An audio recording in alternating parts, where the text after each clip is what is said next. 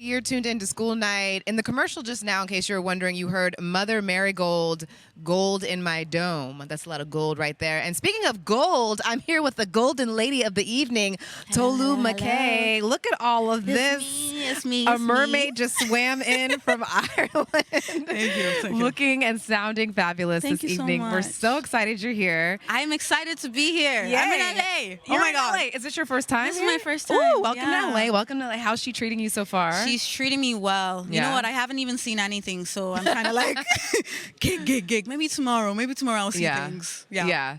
So, I mean, is there anything like coming to LA that you're like, oh, I want to see that? It's classic Is LA. it cringy for me to be like, oh, Nothing's cringy. Hollywood sign? I really want to do the hike. Classic. Yeah, it's Yeah? beautiful up Okay, there. so Yeah. that's what I'm gonna and do. then you can see the whole city. And it's like, people in LA do that hike all the time too. Okay, sweet. So it's not cringy. So that's gonna be tomorrow. All right. Yeah. Get it in. Just bring some water. You Yes, know? I was told. I Yeah. was told to bring water. I will have water. It's all good. So I have to ask the song "Stop Acting Like a Little Bitch." Mm-hmm. What inspired that one? You know what? I think it's gonna be cheeky for me to say, but it's okay. I think it has transitioned into meaning.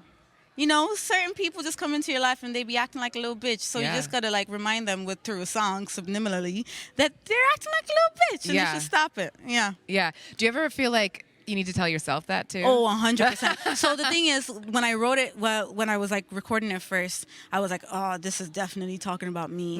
And then the more I sang about it, I was like, nah, it's other people. It's not me. I ain't the bitch. Yeah, totally. Yeah, that's a fun one.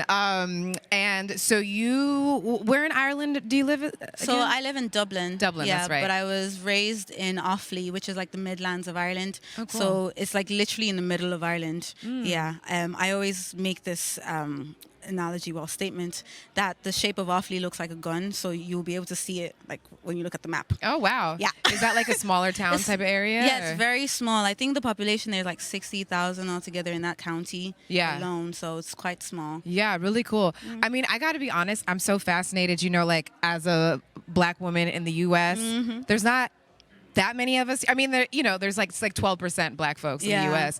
And then I think Ireland, like, oh my God. There is I think I looked it up and it was like 1.5% of Yeah. the population. And I imagine in that town it was probably even less. I can remember that I was like literally growing up, I was literally the only like black kid in my entire like high school until my brother came in. Yeah. Yeah, and then like other kids that we knew like from the church. Yeah. But that was literally it. Like yeah, it was weird. My growing up was very weird.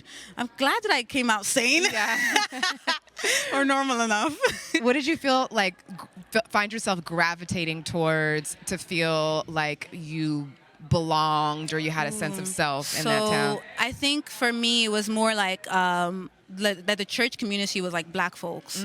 So it was just like my Nigerian friends or people that were like friends with my mom. So it was just like a family unit, but like it was still also part of the church. So that was like where I felt like I could kind of find my own identity, kind of like as a black person living in, Ireland.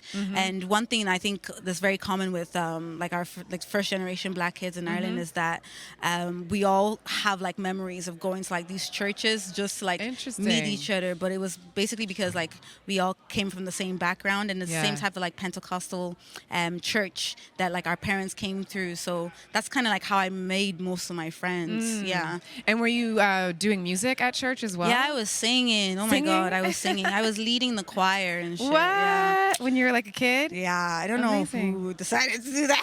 But I'm grateful. I'm grateful because it really made me like appreciate singing and like the connection you get with like the spirit, like actually just connecting with a song. Like it's like so valuable, and actually knowing how to like perform something you're not like taught. Yeah. But that's just something you're kind of given in church. Like it's thrown on you because you're singing in front of like 300 people. They don't know you, but you got to sing a good song and they're going to wait till you're done. So yeah. And it's like, you got to sing for Jesus too. Yeah. Oh, yeah. Can't let Jesus down. At some point, you just start ad-libbing and making your own words, but you have to keep on beat. So you learn how to ride the wave. It's all good. So let's talk about your music now. Yes. Well, first of all, you have a really cool cover of Saw Doctor's song, N17. That's like brought like a pretty good amount of publicity and stuff like that. What's the deal with that one? That was just like I don't know if it's like God or luck or whatever, but one thing I did learn is that it was way bigger than me. It was, I think like a lot of people messaged me, like a lot of people, they were like Irish diasporans like living in US or Australia. Yeah. So the Saw Doctors wrote the song, I think about like maybe 31 years ago. And it was during like when people were like migrating or immigrating to like different countries. It was just a cover that it was just like another kind of like job, you know? And then it came out, I think, the 31st of December, New Year's Eve. Yeah, New Year's and Eve. People were just going crazy for it. Yeah. And I was just like, this is above me. That's cool, yeah. Yes. And I'm just looking at the chat really quick, make sure I didn't miss anything. No, we're good. So, and then you had an EP come out recently as well, too, right? Yeah. And that's been getting like a lot of good feedback from folks. Yeah, I love Being so much because it was basically like me looking through my past 3 years and also realizing that there was so much like growth in like understanding my self-worth, you know, giving myself praise and affirmations. That's literally what Being is for. It was just a moment where I realized, you know what, it's time to awaken into who I am. Yeah. And that really kind of set the precedence of like where I am now. I think I needed to kind of get that out of my system and like build on that. So I think that's what I'm doing. But Yeah. And remind us the name of the EP? Being.